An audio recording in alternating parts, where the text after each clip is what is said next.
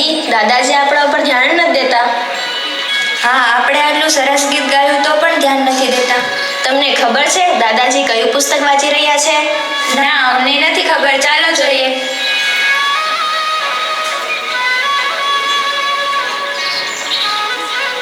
દાદાજી, દાદાજી, દાદાજી, દાદાજી, દાદાજી, દાદાજી. આવી ગયા બેટા રમીને? સારું કહેવાય. હા દાદાજી, અમે આવી ગયા. દાદાજી, આ તમે કયું પુસ્તક વાંચી રહ્યા છો?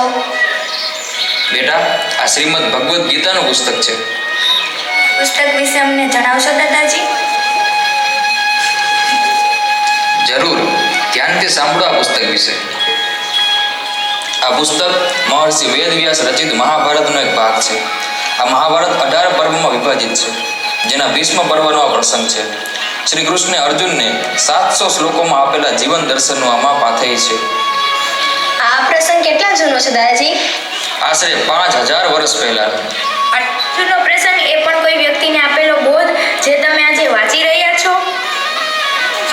હા બેટા, કેમ કે શ્રી કૃષ્ણ અને અર્જુન વચ્ચેનો આ સંવાદ માનવ જીવન માટે ત્રણેય કાળમાં પ્રસ્તુત છે. ત્રણેય કાળ? ત્રણેય કાળ એટલે શું દાદાજી?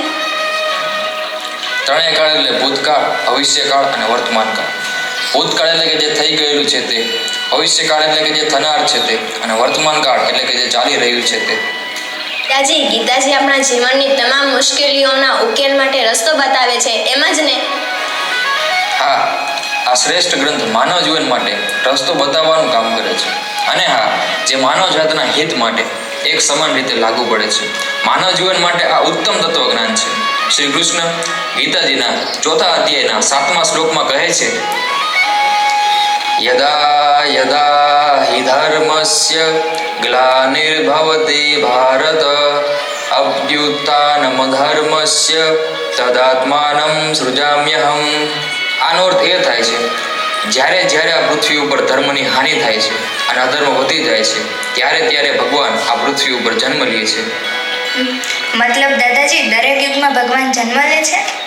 હા બેટા, તેના પછીના શ્લોકમાં કહ્યું છે, પરિત્રાણાય સાધુનામ વિનાશાય ચ દુષ્કૃતામ ધર્મ સંસ્થાપનાથાર્ય સંભવામિ યુગે યુગે.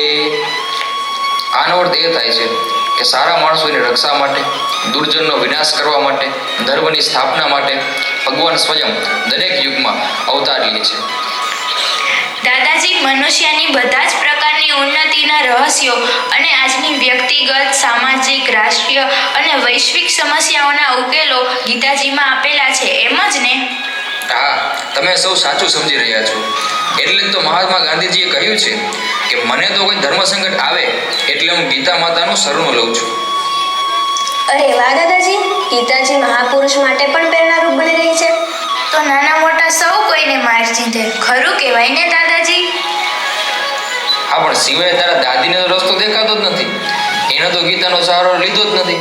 અને આ અમેરિકાના મહાન દાર્શનિક હેનરી ડેવિડ લખે છે કે હું રોજ સવારે મારા હૃદય અને બુદ્ધિને ગીતારૂપી પવિત્ર જળમાં સ્નાન કરાવું છું.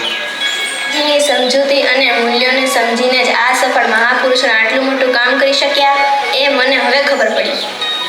આવી શ્રેષ્ઠ વ્યક્તિઓ તો કેટલી હશે કે જેમને ગીતાજીએ રસ્તો બતાવ્યો છે. જે ગીતાજીની મહાનતા હું આજે જાણી રહી છું. અમને તો હવે ગીતા જ્ઞાન વિશે વધારે જાણવાની ઈચ્છા થઈ છે. દાદાજી, માણસ માણસ વચ્ચે નાના મોટાના ભેદભાવના ઉકેલ માટે ગીતાજી શું કહે છે? તારો પ્રશ્ન યોગ્ય છે ગાર્ગી. ઘણા લોકો હું મોટો તું નાનો એવો ભેદ કરે છે. આ સમસ્યાનું સમાધાન ગીતાજી આપે છે. મમે વાંસો જીવ લોકે જીવભૂત સનાતન, એટલે કે આ દેહમાં રહેલો સનાતન જીવાત્મા મારો જ અંશ છે. તો પછી આપણે બધા એક સરખા થયા કે નહીં? ગીતાજી એ પણ કહે છે, સમોહન સર્વભૂતેષુ, એટલે કે હું સર્વ જીવો પ્રત્યે સમભાવયુક્ત રહું છું.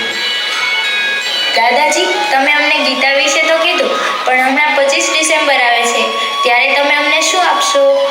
દાદાજી, ક્રિસમસ ઉપર અમને શું આપશો? અને હા, ગિફ્ટ તો લઈ રાખી હશે ને? હા, મને ક્રિસમસ વિશે તો ખબર છે, પણ તેને ઉજવવાથી શું ફાયદો, ગિફ્ટ આપવાથી શું થાય? 25 ડિસેમ્બર ઉપર તો તુલસી પૂજન થાય છે.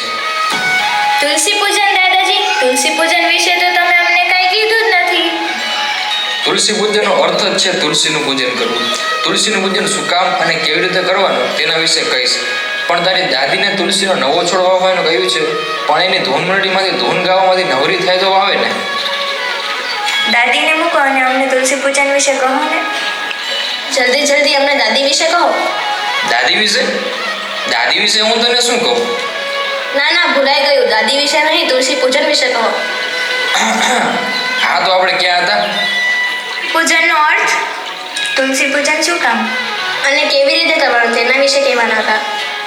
પહેલા તો હું તમને તુલસીના મહત્વ વિશે કહીશ. તુલસી પ્રકૃતિનો અનમોલ ઉપહાર છે. ઉપહાર માટે તમારે ક્રિસમસ ઉજવવાની જરૂર નથી. તુલસી ઘરમાં રોપતાની સાથે જ વાતાવરણને આધ્યાત્મિકતાથી ભરી દે છે તથા અનેક જીવાણુઓનો નાશ કરી નાખે છે. આવા તો અનેક લાભ તુલસીથી થાય છે. અરે વાહ દાદાજી, હવે તો અમે પણ ક્રિસમસની જગ્યાએ તમારી સાથે તુલસી પૂજન કરીશું. હા હા દાદાજી, હવે અમે પણ તુલસી પૂજન કરીશું અને બીજાને પણ પ્રેરિત કરીશું.